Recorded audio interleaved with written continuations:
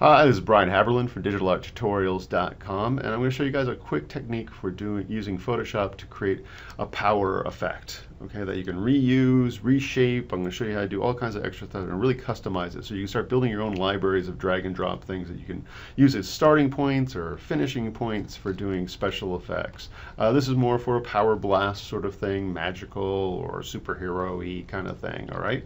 So I'm starting with a base image. Notice my base image is right now in gray, but we don't want it to be in gray. We need it to be in color. So let's go ahead and make that RGB. You can always start with RGB. I've been doing so much penciling and inking lately that my new documents start as grayscale. So anyway, you want RGB, you want a good resolution. This is 4,000 by 4,000 pixel square. The reason why you want higher resolution is it's much easier to scale things down than it is to scale things up. As you start scaling things up too much, you'll start getting bitmap and jaggies and all that stuff, all the things that you really don't want. So you might as well start with a nice high-res image, and that gives you a lot more options to deal with it, okay? So I want to do a little blast here. I'm going to start with making another layer. I'm going to have the lasso key down. And that could be, right now it's got no feather and no anti-aliasing on. It could have anti-aliasing on for this effect. I usually have this off for when we do flats because then you don't want that effect. So I'm just going to go with the lasso tool and sketch out some shapes. The reason why I'm using the lasso tool is I can actually do these sort of, majorly thick, thin shapes that would take you a lot longer to do if you were going to kind of do them as you were just drawing them with a brush tool or a pencil tool or something like that. And don't be afraid about having like little, kind of bits flying off, makes it a little more organic. I'm going to go ahead and fill it with white. That's filling it with black. Fill it with white. I'm going to make our background black now. The reason why I'm making background black is because when you finish this effect, you can apply it in a screen mode, and the black will be transparent, sort of like blue screen, green screen kind of thing, and you can drag and drop that effect wherever you want. If it's not clear, you'll get it when I show it, when you see it. So.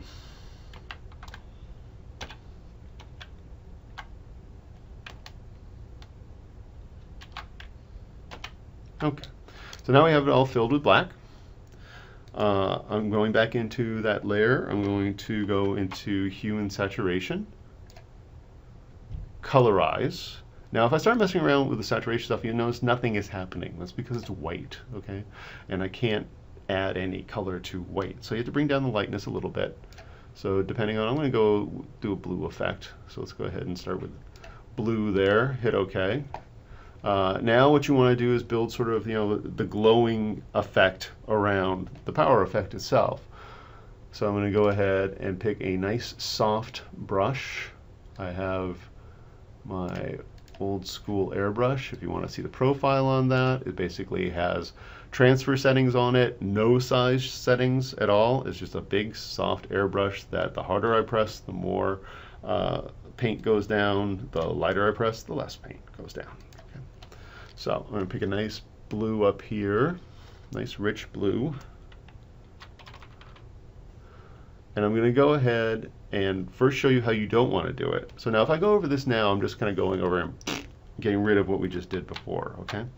Now what I'm going to do is add one more layer. This layer is now going to be in screen mode.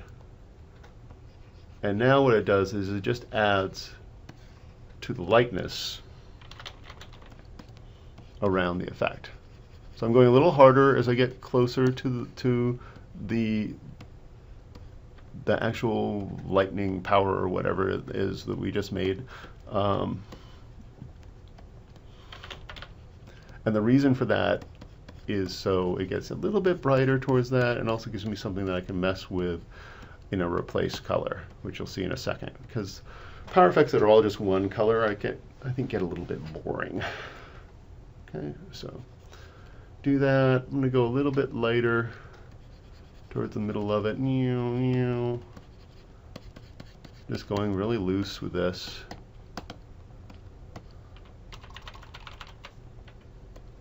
Maybe a little bit of a bigger, kind of softer overall. Okay, so there we go. We have our effect there. I'm going to go ahead and bring down that glow, the big soft glow over the hard glow. So I just merged those into one layer. And now, usually what makes these things better is to have them not all just be sort of in the exact same color family, have a little bit of a color surprise or something in there. So I'm going to image, adjust, replace color. I'm going to go here to like the white, lighter part that's around the effect. And notice now when I eyedrop that, you can see here kind of the image of where we have selected. If it's hard to see where you have selected, sometimes what I do is I'll exaggerate like one of the effects so I can see a little bit better. And fuzziness will make the effect softer or tighter, depending on where we're going to go. So I'm going to click in here again a little bit. Again, the idea is to add a little bit of a ancillary color to the piece to potentially make it a little bit more interesting. And bring up the fuzziness a little bit more. So I'm going to say OK to that. All right. Now, once we have this, again, this is on another layer, so I can go ahead and move it around anywhere you want to. Okay.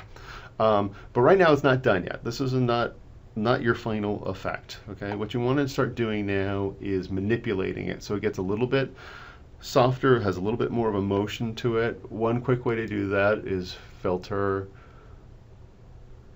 blur, motion blur. But you want to see how right now the direction is going basically the opposite of the way the thing's going more from left to right. So if I go left to right, see how now that matches, like now it seems like it's a speedy power that's kind of coming out there. And you can, to taste, decide how much of a blur you want or how little of a blur. I think a little bit kind of is nice. And then what you can do with this is manipulate it into all kinds of different fun shapes and things like that. So I'm going to use this image that we just did. I'm going to Control A, Control C. So I'm copying the layer. I have a cover here for a faster and light issue, and we're going to go ahead and play with that effect on how it would apply on something like this. So I'm pasting it in. Right now it's in normal mode because that's where things come in that way. So we want to put it in screen mode. Okay. And you can see right now that kind of gives us already sort of, it looks like maybe a power effect is blasting out of the guy's hand a little bit and stuff. But I want to have a little more control over it. There's three ways to really manipulate this for control. One is the transform tool, which everybody's pretty much familiar with. Right click in there and you get the warp tool. Now the warp tool enables you to really have control over where you're going to move this thing around. So let's say I want to have that nice kind of arc. Now, the warp tool, think of the warp tool for big, broad changes that you're doing, okay? If you want to do more subtle control changes, there's the puppet warp tool, which is like putting in bones in sort of a 3D object that you can then move around. So I can then grab this end piece and warp it around. I can make this go a little bit more like that. Start changing things this way. But usually my go-tos are either that warp tool for a big broad change or going into liquefy. And with the liquefy tool, you have a lot of control to really, really kind of start even making some sort of really kind of cool, different effect out of it by warping these things around. That really kind of changes that a whole bunch. Let it do its thing.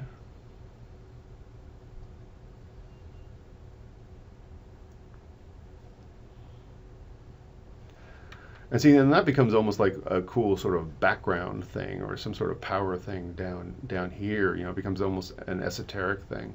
The other thing is too, so let's say we are using this as some sort of, powers coming off screen. To really kind of sell it at the end of the day, you want to add one more layer.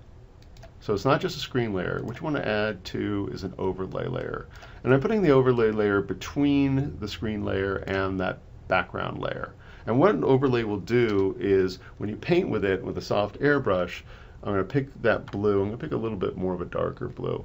It will do what light will do, which would be emit that color that the effect is onto the object. So see, by backing this up with a little bit more blue, it becomes much more realistic.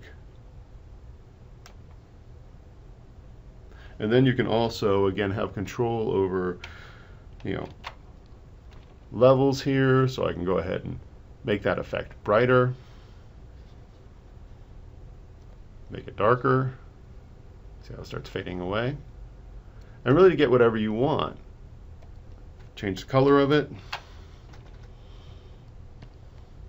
Colorize, so I set up a couple colors in there, so if I start swapping around these colors, it will affect those colors and make them all kind of different in the range. If I want it all to be one color, colorize will do that. So it all becomes blue like we had before. But again, what it does is it enables you to have control over that color. But I always like to keep it with a little bit of extra other color in it. But then you have control again of all this kind of stuff.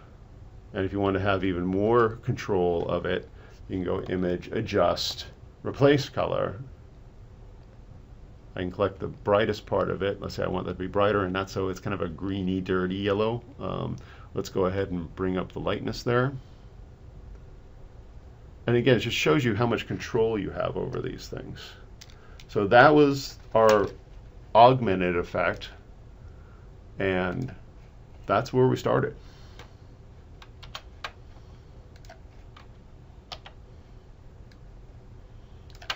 So again, to show you really kind of the range of effects you can get with this, and you can just go crazy with it. But you can reuse these, drag and drop them onto other things, blur them, motion blur them, warp them, the whole 9 yards.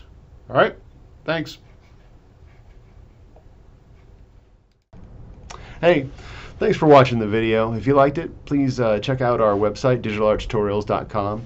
And if you have any friends or family you think might enjoy it, please, by all means, share away.